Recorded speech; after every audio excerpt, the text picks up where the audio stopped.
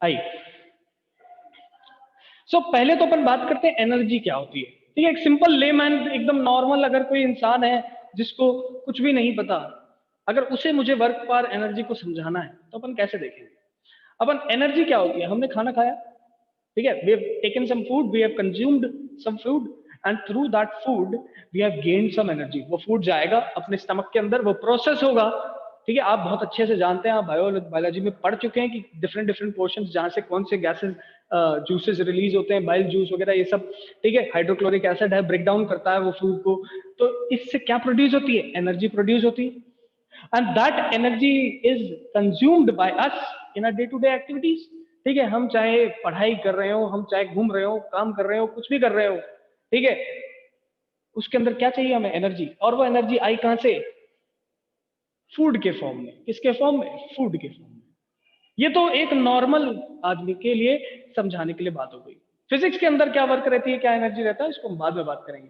But first of all, मेरे को अगर एक सर्टेन अमाउंट ऑफ काम करना है, फॉर एग्जांपल लेट अस से I am a construction worker, और कंस्ट्रक्शन वर्कर हूं अगर मैं, और मुझे कंस्ट्रक्शन, बिल्डिंग कंस्ट्रक्शन का काम करना है, तो मुझे खूब सारी एनर्जी चाहिए, तभी मैं उसको वर्क में कन्वर्ट कर पाऊंगा। आपने देखा होगा कि जो हमारे जो मजदूर हैं, श्रमिक भाई बंधु जो हैं, ठीक है, वो जो लोग हैं वो खूब सारी चाय पीते हैं। आप लोगों ने देखा है कि वो बहुत सारी चाय पीते हैं। चाय पे, चाय को भी वो कैसा रखते हैं, मीठा रखते हैं काफी, क्योंकि जब मीठी चाय रहेगी उसमें ज्यादा शुगर रहेगी तो ज्यादा कैलोरीज उसके अंदर आ जाती है। उन ज्यादा कैलोरीज से वो एनर्जी गेन करते हैं, और उसी एनर्जी से फिर वो अपना वर्क परफॉर्म करते हैं। So you can understand that energy से ही हम किसी भी काम को कर सकते हैं, कहीं पे भी वर्क कर पाएंगे। So work is correlated with energy. What is power, power क्या है, फॉर एग्जाम्पल मान लो एक बच्चा है जो 1 घंटे में पूरी पढ़ाई को कंप्लीट कर लेता है और उसको सब आ जाता है। ऑन द अदर हैंड एक बच्चा है जो 4 घंटे लगाता है और पूरी पढ़ाई कंप्लीट कर लेता है। फॉर एग्जाम्पल दोनों को मैंने सेम एक चैप्टर याद करने को दिया, इसने तो 1 घंटे में कर लिया, इसने 4 घंटे में किया। दोनों ने याद कर लिया, दोनों को वो चैप्टर आता है, बट एक ने 1 घंटे के अंदर ही कर लिया और एक ने 4 घंटे में किया। दैट मीन्स पावर किसकी ज्यादा, पावर किसकी ज्यादा, ऑब्वियसली उस बच्चे की जिसने 1 ही घंटे में पढ़ाई कर ली, पूरा कंप्लीट कर लिया। ठीक है, तो आपको ध्यान रखना है that what is power, power is the amount of और the rate of doing work. कितनी तेज एक काम को किया जा सकता है, उसी को पावर कहते हैं। So first of all, energy से वर्क होता है। ठीक है, energy and work are correlated. And what is power, power is the rate of doing work. कितना तेज एक काम को किया जा सकता है। जो ज्यादा तेज एक काम को करेगा उसकी पावर भी ज्यादा रहेगी, जो धीरे काम को करेगा उसकी पावर कम रहेगी। ये तो एक नॉर्मल आसान सी सरल सी भाषा के अंदर अपन ने देखा what is work, power and energy. आप लोगों ने देखा है दैट मैं अगर पर्टिकुलर खाना खाऊं, ठीक है, मैंने आज फॉर एग्जांपल सुबह कुछ एक पर्टिकुलर कुछ भी नाश्ता किया, कुछ भी खाना खाया, उस जितना मैं नाश्ता करता हूं, जितना मैं खाना खाता हूं, उतना ही मैं वर्क कर पाता हूं। उसके बाद वर्क करना मेरे लिए पॉसिबल नहीं होता, मैं थक जाता हूं और मुझे सोने की इच्छा करती है। ये सभी चीज आपने भी ऑब्जर्व की। दैट मीन्स जितनी एनर्जी एक सिस्टम के पास पहले से है, जितनी एनर्जी एक सिस्टम के पास पहले से है, उस वो सिस्टम उतना ही वर्क कर सकता है। जितनी एनर्जी एक सिस्टम के पास पहले से रहेगी वो सिस्टम उतना ही वर्क कर पाएगा, उसके अलावा वो वर्क नहीं कर सकता। ठीक है, तो अगर मेरे को एनर्जी को डिफाइन करना पड़े, मुझसे पूछा जाए कि एनर्जी है क्या, एनर्जी बताओ आप क्या है, तो हम बोलेंगे कि जितना एक सिस्टम वर्क कर सकता है, जितना एक सिस्टम के वर्क करने का पोटेंशियल है, उस सिस्टम में उतनी ही एनर्जी है। So the amount of work which a system can do, the amount of work which a system can do is known as energy. उस सिस्टम की एनर्जी कितनी होगी, तो हमें उस सिस्टम के अंदर स्टोर्ड एनर्जी अगर पता चल जाए, किसी भी सिस्टम के अंदर स्टोर्ड एनर्जी अगर मुझे पता चल जाए, तो मुझे यह पता चल जाएगा कि वो सिस्टम कितना वर्क कर सकता है। फॉर एग्जाम्पल, अगर मैंने 100 जूल 100 जूल जितना खाना खाया, तो मैं 100 जूल जितना ही वर्क परफॉर्म कर पाऊंगा और उसके बाद मैं थक जाऊंगा और मैं बाकी काम नहीं कर सकता। So for example, for this to be understood in the class, you guys remember one thing, जितना आप खाना खाते हैं आप उतना ही काम कर पाते हैं। इसीलिए अपन एनर्जी की डेफिनेशन बोलेंगे, the amount of work which a system can do is known as energy. What is power? Power क्या होगा? कोई किसी काम को कितना तेज कर सकता है। एक आदमी 1 घंटे में पढ़ाई करता है, एक आदमी 4 घंटे में पढ़ाई करता है। दोनों को सेम काम दिया था, दोनों सेम काम को डिफरेंट डिफरेंट स्पीड से करते हैं। So the rate of doing work is known as power. और एनर्जी तो आपको पता चल गई, बिना without energy we can not do work, और अगर वर्क नहीं होगा तो पावर भी नहीं होगी। ठीक है, तो विदाउट एनर्जी कोई भी चीज पॉसिबल नहीं है। सो ये एक बेसिक सी अंडरस्टैंडिंग है किसके लिए? वर्क पावर एनर्जी के लिए। बहुत ही बेसिक, बहुत ही सिंपल लेमैन टर्म्स के अंदर अपन ने बात की है कि वर्क पावर और एनर्जी क्या क्या होता है। अब हम देखेंगे कि according to physics work done क्या होता है। ठीक है, अकॉर्डिंग टू फिजिक्स हम देखेंगे वर्क डन क्या होता है, और आगे चलेंगे डिफरेंट डिफरेंट केसेस देखेंगे, वेक्टर फॉर्म देखेंगे, स्केलर होता है कि वेक्टर होता है ये भी देखेंगे। फटाफट बताइए यहां तक सबको क्लियर है कि नहीं?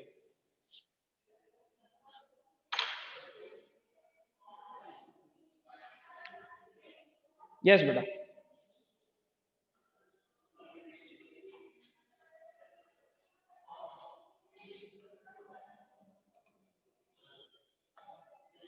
Yes fast, Dishant, Jasraj, Kuldeep, Divya Singh, Rahul, Tabassum, Vasudev. Don't just sit in the class.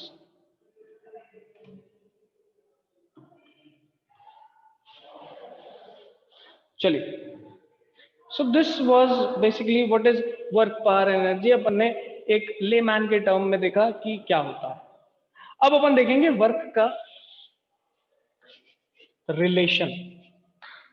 ठीक है, एज ऑफ नाइन्थ क्लास के हिसाब से आपने वर्क को कैसे पढ़ा होगा?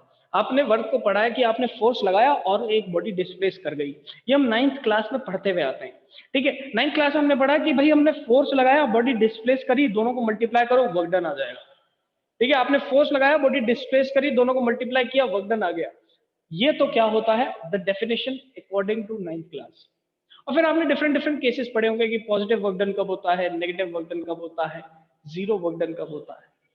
बट एक्चुअली में in 11th class we have studied कि there are two types of multiplication. The one is dot product and the other is cross product. ठीक है, हमने दो तरीके के मल्टीप्लिकेशन पढ़े हैं, cross product and dot product. Dot product को हम स्केलर भी कहते हैं। क्या कहते हैं? स्केलर प्रोडक्ट भी कहते हैं, और क्रॉस प्रोडक्ट को अपन वेक्टर भी। So cross product is vector and dot product is scalar. ये हम दोनों चीजें जानते हैं। ठीक, हम एज ऑफ 11th क्लास देखना चाहते हैं कि what is basically work done. So एक पर्टिकुलर ऑब्जेक्ट को उठाया जाए। ये रहा मेरे पास ऑब्जेक्ट, एम मास का ऑब्जेक्ट। इस एम मास के ऑब्जेक्ट पे मैंने लगाया फोर्स, एफ फोर्स। इस एफ फोर्स की वजह से ये पर्टिकुलर एम मास का ऑब्जेक्ट क्या कर जाता है? डिस्प्लेस कितने डिस्टेंस से? एस डिस्टेंस से क्या कर गया? डिस्प्लेस कर गया। अगर ये एस डिस्टेंस से क्या कर जाता है? Displace. So the work done on this particular system can be calculated by this particular formula F dot S। किस फॉर्मूले से अपन इसको कैलकुलेट कर सकते हैं? F dot S। मतलब फोर्स वेक्टर, एक डिस्प्लेसमेंट वेक्टर, और दोनों के बीच में कौन सा product? Dot product. So the dot product of force and displacement vector gives work done. अब ये जो वर्क डन है ये डॉट प्रोडक्ट से निकला, दैट मीन्स ये कैसा होना चाहिए? स्केलर होना चाहिए। दैट मीन्स ये कैसा होना चाहिए? स्केलर होना चाहिए। इसका रीजन क्या रहेगा? इसका रीजन समझते हैं, आइए देखिए। ये पर्टिकुलर एम मास का ऑब्जेक्ट था। इस पर्टिकुलर ऑब्जेक्ट पे मैंने फोर्स लगाया किसी भी एक एंगल थीटा पे फ्रॉम दी हॉरिजॉन्टल। ठीक है, किसी भी एंगल थीटा पे मैंने इस पे एक फोर्स लगाया, जिसकी वजह से ये ऑब्जेक्ट जो है ये एस डिस्टेंस से डिस्प्लेस हो गया। ये लो यहां तक पहुंच गया है। चलिए, अगर ये यहां तक पहुंचा, एस डिस्प्लेसमेंट इसके अंदर आया, सो वर्क डन का formula as we know it is force into displacement. अब ये जो पर्टिकुलर डिस्प्लेसमेंट है इसको किसकी वजह से आया होगा? ये पर्टिकुलर डिस्प्लेसमेंट यहां पर आया किसकी वजह से? सो इस फोर्स के दो कंपोनेंट दिख रहे हैं। एक कंपोनेंट दिख रहा है हॉरिजॉन्टल, एफ कॉस थीटा, और इस फोर्स का एक वर्टिकल कंपोनेंट दिख रहा है, एफ साइन थीटा। इस फोर्स का अगर मैं हॉरिजॉन्टल कंपोनेंट देखूं तो मेरे को डिस्प्लेसमेंट की डायरेक्शन में दिखता है। इस फोर्स का अगर मैं वर्टिकल कंपोनेंट देखूं तो इसके परपेंडिकुलर डायरेक्शन में दिखता है, या फिर डिस्प्लेसमेंट जिस डायरेक्शन में है उसके परपेंडिकुलर मुझे फोर्स देखने को मिला इस पर्टिकुलर केस में। So we can say that this F sine theta component, this f sin theta component is not responsible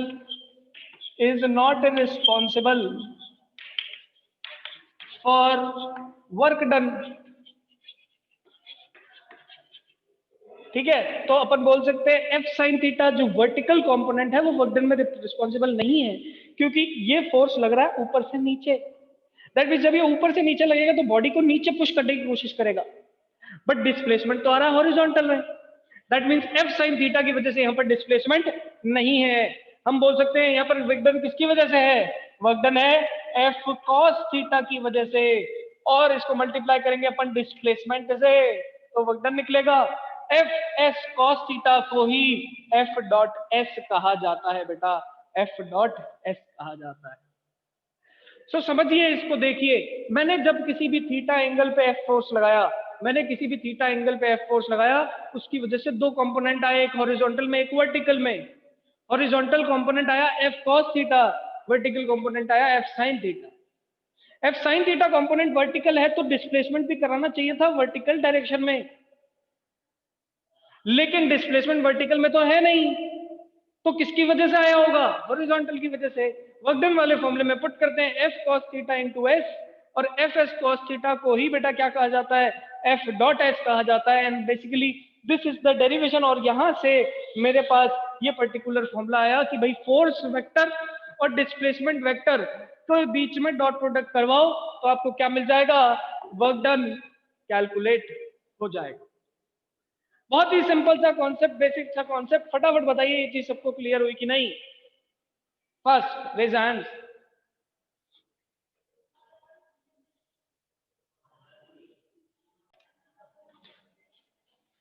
चलिए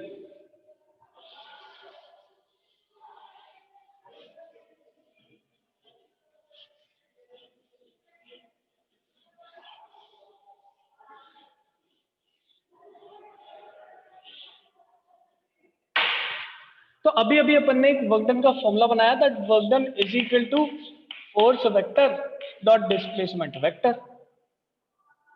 अब मान लेते हैं कि मेरे पास if force vector is equal to F one I cap plus F two J cap plus F three K cap, ये force vector है। और जो डिस्प्लेसमेंट वेक्टर है that is X I cap plus Y J cap plus Z K cap, ये displacement vector है।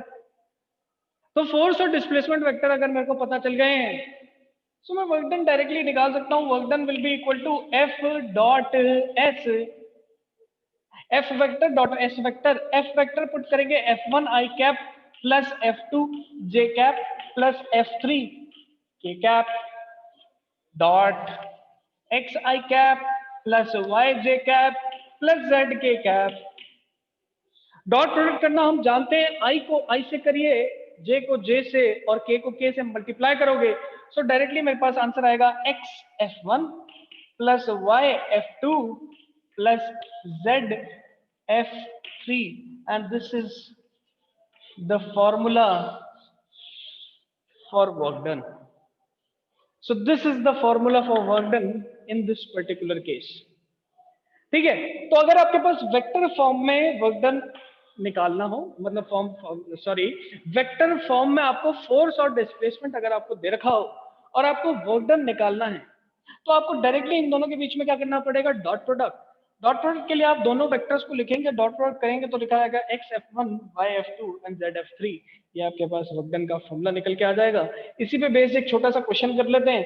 सो for example, if the force vector is equal to I cap plus 3j cap minus 2k cap Newton and displacement vector is I cap plus j cap plus k cap meters, then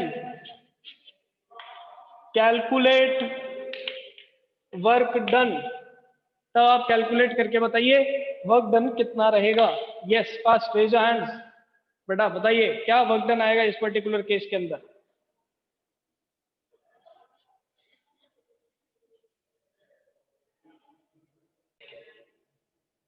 चलिए इसके बाद आगे बात करते हैं। ये तो बात हो गई अपनी वर्क डन कैसे कैलकुलेट होगा, किस तरीके से हम फोर्स इनटू डिस्प्लेसमेंट करके वर्क डन निकाल सकते हैं। अगर डॉट प्रोडक्ट हो रहा है फोर्स और डिस्प्लेसमेंट का, अगर फोर्स और डिस्प्लेसमेंट का डॉट प्रोडक्ट है तो वर्क डन कैसी क्वांटिटी है,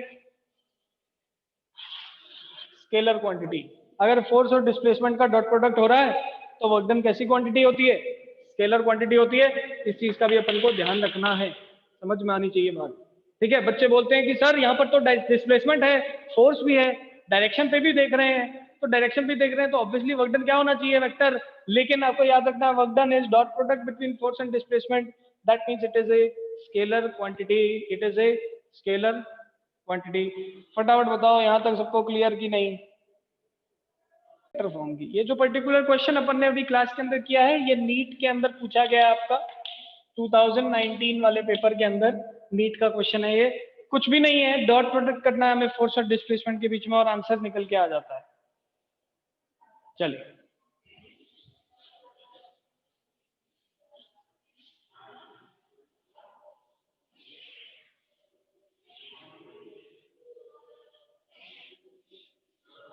अब अपन कुछ यूनिट्स की बात करते हैं। हम ये देखते हैं कि यूनिट्स ऑफ वर्क डन क्या क्या रहेंगे। तो यहाँ पर मैं नया टॉपिक लिखता हूँ, यूनिट्स ऑफ वर्क। ऐसा यूनिट जो वर्क की रहती है वो रहती है जूल। ठीक है, ऐसा यूनिट क्या रहती है, जूल। कैसे निकली, तो अपन लिख सकते हैं कि work done is equal to F dot S vector. F क्या है, न्यूटन, एस क्या है, metre. So newton into metre is the SI unit, और इसी को अपन क्या बोलते हैं, जूल बोलते हैं। अगर कोई अपन से पूछे कि 1 जूल वर्क कब होता है, तो अपन ऐसा लिखेंगे कि अगर मेरे पास एक पर्टिकुलर ऑब्जेक्ट है जिसका मास है 1 kg, एक पर्टिकुलर ऑब्जेक्ट है जिसका मास कितना है 1 kg, या फिर ऐसा मान लो कोई m मास का ऑब्जेक्ट है, 1 kg ना भी मानो तो भी चलेगा, ऐसा मान लेते हैं m मास का ऑब्जेक्ट है, इस पे मैंने 1 न्यूटन का फोर्स लगाया। कितने न्यूटन का, 1 न्यूटन का फोर्स। और ये अगर 1 मीटर से डिस्प्लेस कर जाए, कितने मीटर से डिस्प्लेस करे, 1 मीटर से। कितने मीटर से डिस्प्लेस करा, 1 मीटर से। सो अपन जब इसको पुट करेंगे फॉर्मूले में, तो मेरे पास आएगा work done is equal to 1 into 1 newton into 1 metre, answer will be 1 joule. So work done 1 joule कब आएगा, जब अपन 1 न्यूटन का फोर्स लगाएं जिससे डिस्प्लेसमेंट 1 मीटर का आ जाए। So when we apply 1 newton force on an object and which provides 1 meter displacement, then we can say that the particular object or the work done on this particular object is 1 joule.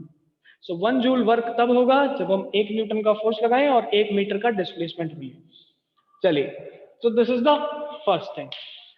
Second देखते हैं इसी के अंदर। Second अपन देखते हैं कि इसकी CGS unit क्या रहेगी।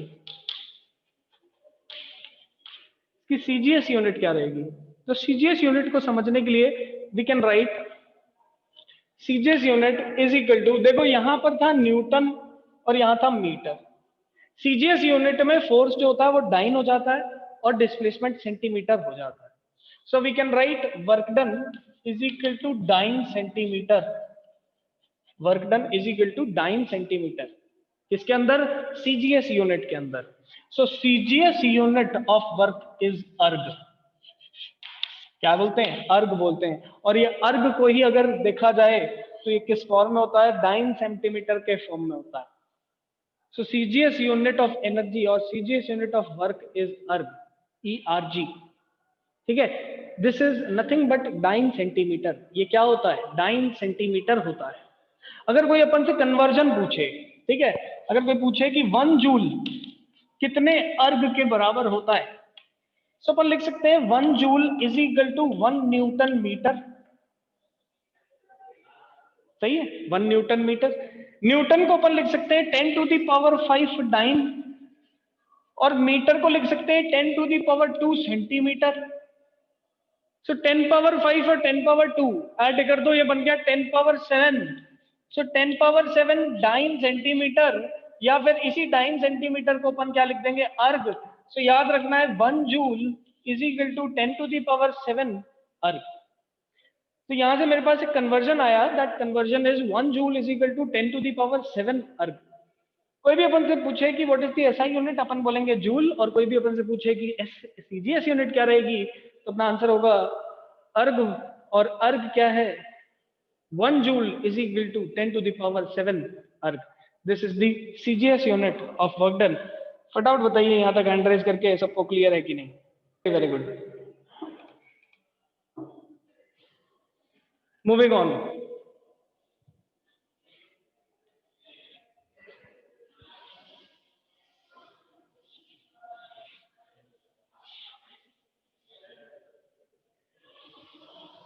इसी का थर्ड पार्ट देखते हैं, ग्रेविटेशन यूनिट। इसी का थर्ड पार्ट देखेंगे, ग्रेविटेशनल यूनिट।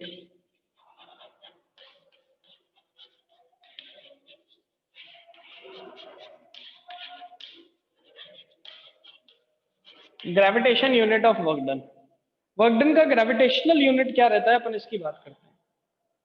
फॉर एग्जाम्पल मेरे पास एक पर्टिकुलर बॉडी थी, वही जैसे इसमें मैंने इस बार 1 किलोग्राम वेट जितना फोर्स लगाया। कितना, 1 किलोग्राम वेट। वेट का मतलब क्या होता है, हमने क्लास के अंदर डिस्कशन किया था, weight means the force with which the earth pulls us downwards. जिस फोर्स से अर्थ अपने को डाउनवर्ड खींचती है, मतलब ग्रेविटेशन फोर्स, उसी को हम क्या बोलते हैं, वेट बोलते हैं।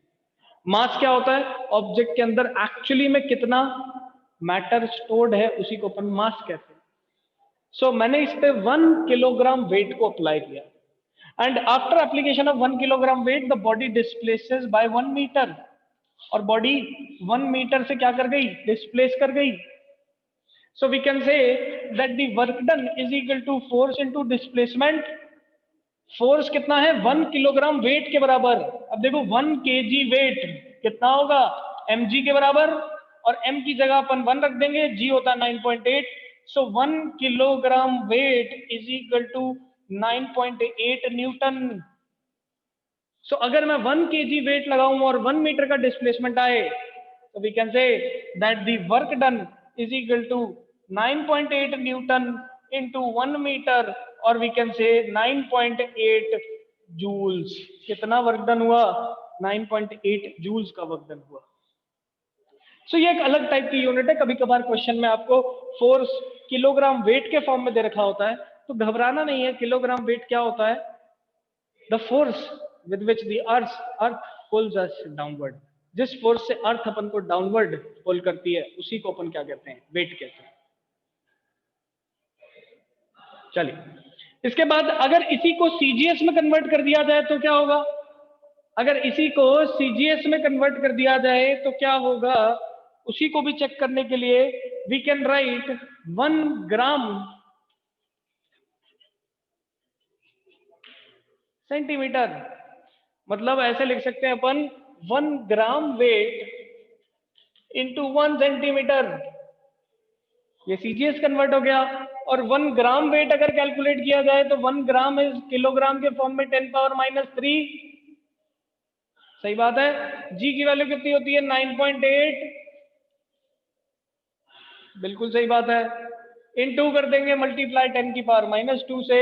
आपका होमवर्क रहेगा घर पे, चेक करके बताना कि 1 ग्राम वेट इंटू 1 सेंटीमीटर से कितना वर्कडन निकल के आता है। ठीक है, 1 किलोग्राम वेट से तो अपन कैलकुलेट कर चुके हैं, 1 ग्राम वेट से कितना वर्कडन निकल के आएगा आपको चेक करना है। फटाफट बताइए यहां तक सबको क्लियर है कि नहीं, फास्ट।